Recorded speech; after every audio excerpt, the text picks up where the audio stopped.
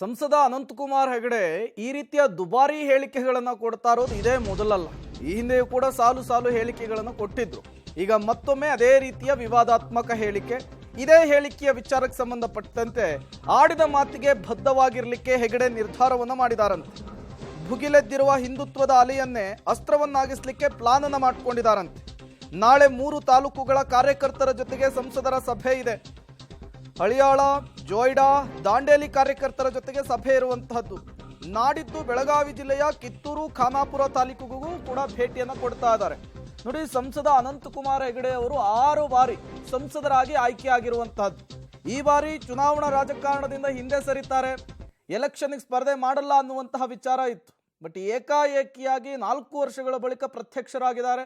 ತಮ್ಮ ಖಾರವಾದ ಹೇಳಿಕೆಯ ಮೂಲಕ, ತಮ್ಮ ಒಂದು ಸಿಡಿಗುಂಡಿನ ಹೇಳಿಕೆಗಳ ಮೂಲಕ ಮತ್ತೊಮ್ಮೆ ಸದ್ದನ್ನು ಮಾಡ್ತಾ ಇದ್ದಾರೆ. ಇದೇ ಹೇಳಿಕೆಗೆ ವ್ಯಾಪಕ ಚರ್ಚೆ ಆಗ್ತಾ ಇದೆ. ವಿಪಕ್ಷಗಳು ದೊಡ್ಡ ಮಟ್ಟದಲ್ಲಿ ವಿರೋಧವನ್ನು ವ್ಯಕ್ತಪಡಿಸ್ತಾ ಇದೆ. ತಮ್ಮ ಪಕ್ಷದ ನಾಯಕರುಗಳು ಕೂಡ ಸಂಸದ ಅನಂತಕುಮಾರ್ ಹೆಗಡೆಯನ್ನ ಸಮರ್ಥಿಸಿಕೊಳ್ಳುವಂತಹ ಕೆಲಸಕ್ಕೆ ಹೋಗ್ತಾ ಇಲ್ಲ, ದೂರ ಉಳಿತಾ ಇದ್ದಾರೆ.